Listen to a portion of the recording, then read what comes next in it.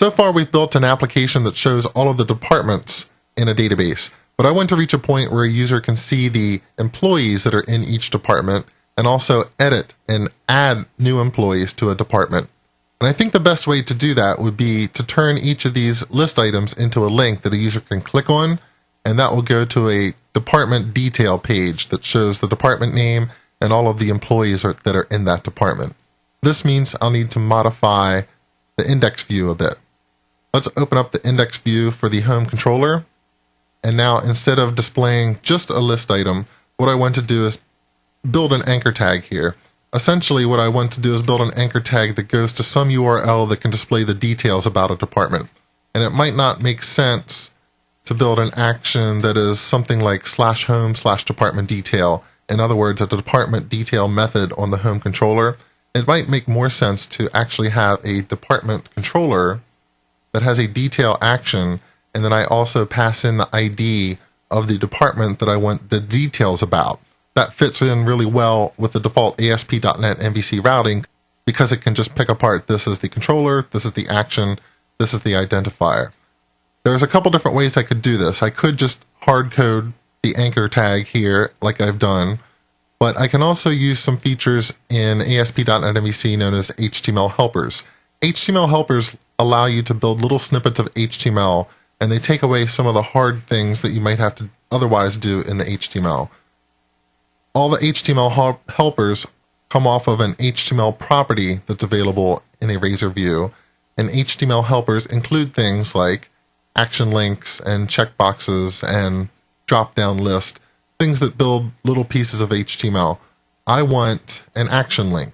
That is a link that points to a specific controller action. The text to display in that anchor link is the first parameter, and the text that I want to display is still the department name. Then I can specify the action that I want to call. I want to call the detail action. I can specify the controller. I want it to be the department controller. And then I can specify something known as route values. Route values allow you to pass additional parameters through this link via the query string. In other words, I need to get the ID of this particular department into that department detail action so it knows what department to pull up.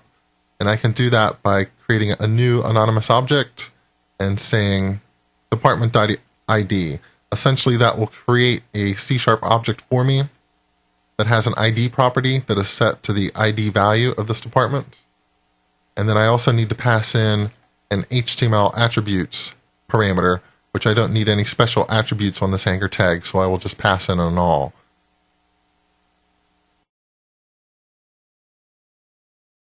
And hit Control F5 to actually run the application just to see if we got some links out here. We should know by now that if I click on a link, it's going to throw an error because we do not have a department controller here yet. But I can see the link. I can see in Chrome status bar that it points to /department/detail/1. The human resources department is /4. All of this looks correct. I just now need something that will respond to this particular request.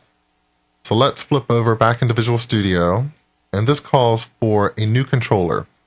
One way I can add a controller is to right-click and say Add Controller, and I have all sorts of options here when it comes to scaffolding. I can scaffold out an empty controller, so I can say that I want a department controller, and let's just start an empty controller and I'll do everything from there. I can scaffold out a controller that already has read and write actions available to me so that I can edit data and it validates data and it knows how to do all that with the entity framework. That's another option, and that's something you can explore. I'm just going to start with an empty controller and build this up from scratch. The department controller has to derive from controller. That all looks good. We do not have an index action for departments. That's not the action we need. We need a detail action or a details action. Over here we called it detail. So this one will be singular to detail. When someone invokes this action, we need to get an ID parameter. And when it comes to parameters in the MVC framework, the MVC framework will do everything in its power to try to retrieve this parameter value for you. If you have something called ID, it will look in the route to see if it appeared somewhere in the URL. It will look in the query string, And during a form post, it will also look in posted form values to see if it can find an ID somewhere. But given an ID, then we need to look it up in the database. And the easiest way to do this is to define a constructor with our department data source again. We'll call that DB. We'll bring in the namespace emanager.domain. I should be able to use ReSharper, which is a plugin I have installed in Visual Studio, to automatically create a private field for me to store that incoming value. And that's my database. It's available and ready to use. My model now will be the single department that has that ID. So I can write a link query against the database and say something like db.departments. Give me the single department where the department ID equals this incoming ID value. And that's the department that I want a detail on. That's my model. I can hand it off to a view. Now we just need to create the view. So let's add a view called detail, going to be strongly typed against a department.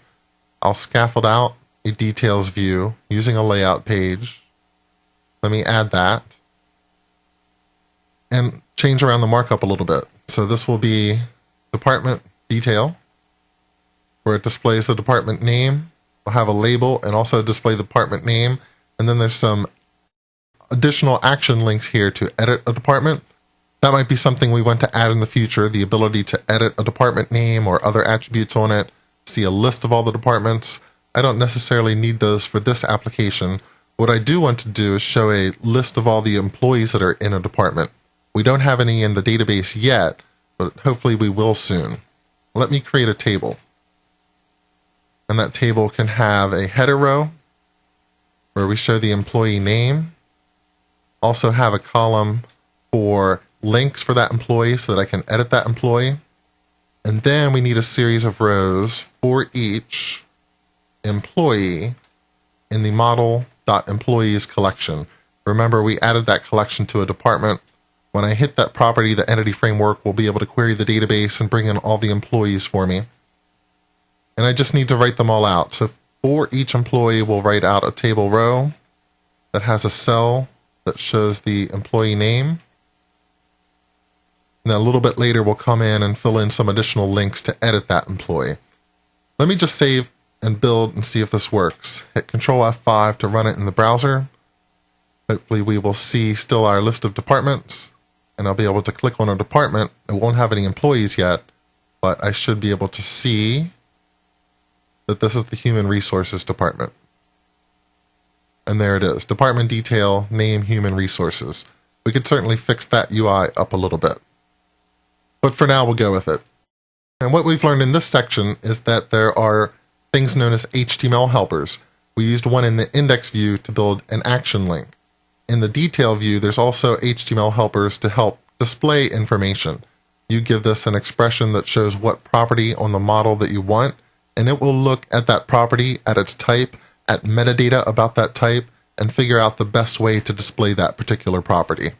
If you want to see how to influence the behavior of things like display for, look in my MVC3 videos for templates and data annotations.